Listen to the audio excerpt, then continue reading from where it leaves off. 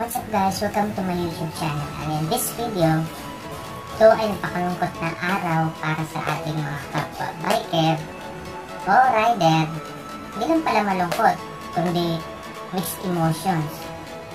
Halong pagkagalit, inis, iba pa yung nabwisit.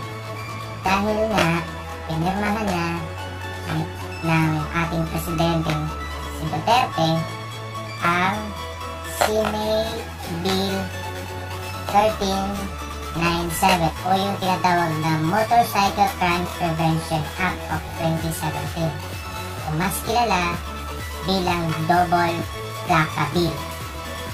So, ito ay pinangunahan at inakdaan ni Senator Gordon. So ngayon, dahil na isa na siyang batas ngayon, ikilala na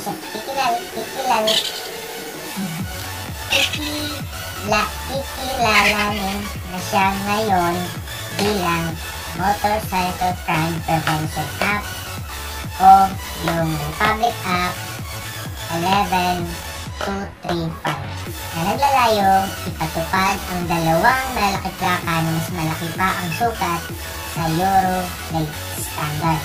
Bukod dito, magkakaroon ito ng color coding depende sa region kung saan ito na-register.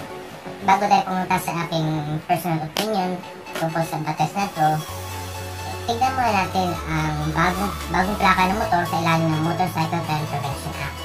So ito, ginawa ito para mas malaki at madaling basahin. Sunod, ang plaka ay dapat mapabasa hanggang sa layo ng 15 meters. Sunod, ilalagay ang plaka sa harap at sa likod ng motorsiklo.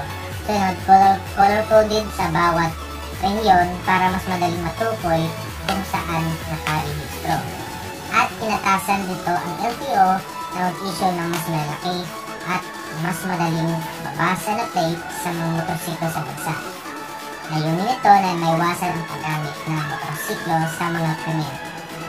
LTO, inatasan rin na maglabas ng mga bagong plaka pagkatapos ng December 31, 2019. Next year yan. So ngayon, pasok tayo ngayon kung ano ito nakapalog sa batas na ito dito sa Republic Act 11235 o yung Motorcycle Crime Prevention Act. Una, nakasulat dito, nasahin ko, pag binenta ang motor at hindi na-report sa LTO ang sale within 5 days, owner is subject to imprisonment. So, aresto mayor, pwede siya makulong ng 1 month and 1 day to 6 months. Or, prison correctional 6 months and 1 day to 6 years. Pangalawa, mag-drive ng walang bagong plaka, punishable by prison correctional. So, 6 months and 1 day to 6 years or multa na hindi bababa sa 50,000 or kulong na may multa. So, yung motor na gamit na walang bagong plaka ay papatigilin at agarang kukumpiskahin ng mga law enforcers at susurrender sa PNP. Maaaring mabawi ng owner ang nakumpiskang motor kapag may proof of ownership, bayad sa halaga ng pagkakumpiska at pagkuha ng bagong plaka. Pangatlo, ang nawala, nanakaw o nasirang plaka ay dapat report agad at kumuha ng replacement plate. Failure to report ay may multang 20 to 50,000 pesos.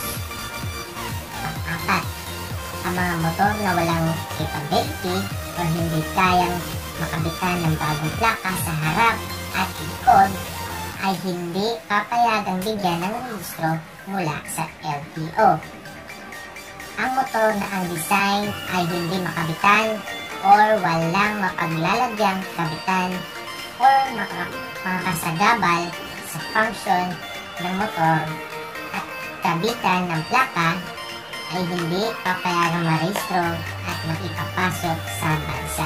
So sa Ingles, Any motorcycle without capability to bear and showcase the required plate number will not be allowed registration.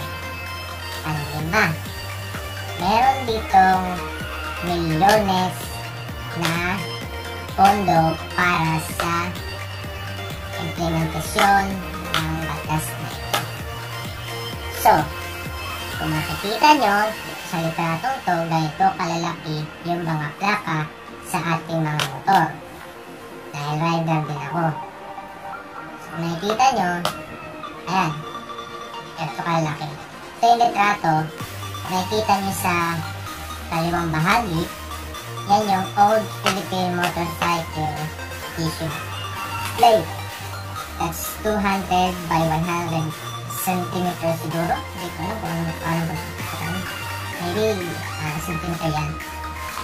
Ang nasa kanan naman, yan yung Thai Motorcycle Plate.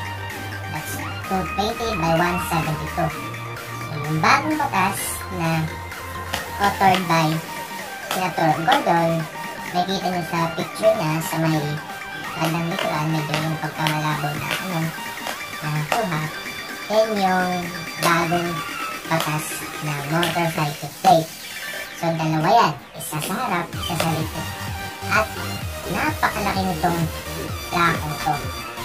Yung 250 by 200. Okay, so here comes my personal opinion.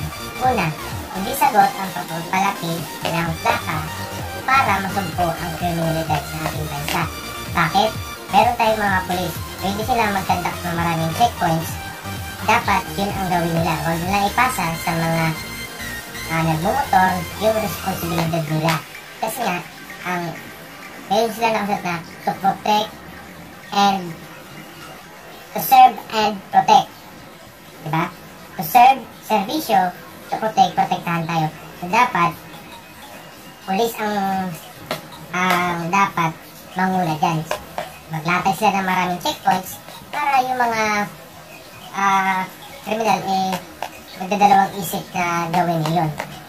So, dapat din nila ipasa sa mga normal o yung mga nagmumotor. Bakit ang kotse? Marami rin namang nahuli mga siraulo dyan, mga gago dyan. So, bakit pinag-iinitan nila yung mga motor? Lagi na lang mga motor. Pangalawa, kung ako ba kriminal, gagamit ba ako ng motor na may plaka? O lalagyan ko ba ng plaka yung motor ko? Siyempre hindi, advance ako mag-isip eh. Matalino ako sa inyo eh. Dapat naisip nyo yun bago nyo ginawa yung batas na yan. So yung dapat sagutin yung tanong ko, yung kriminal ba gagamit ng motor na may plaka na gagamitin niya sa paggawa ng krimen? Malamang hindi. Matalino yun eh.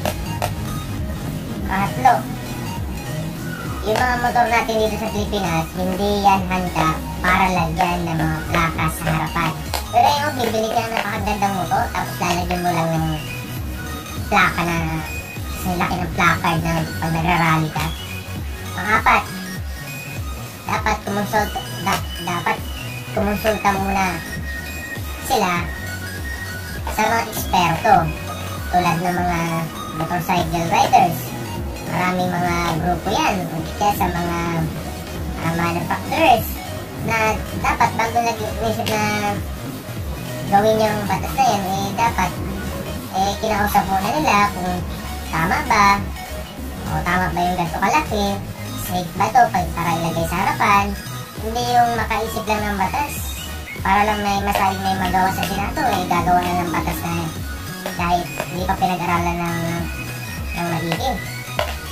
Palibhasa kasi hindi kayo nagmumotor, so hindi nyo naisip yung mga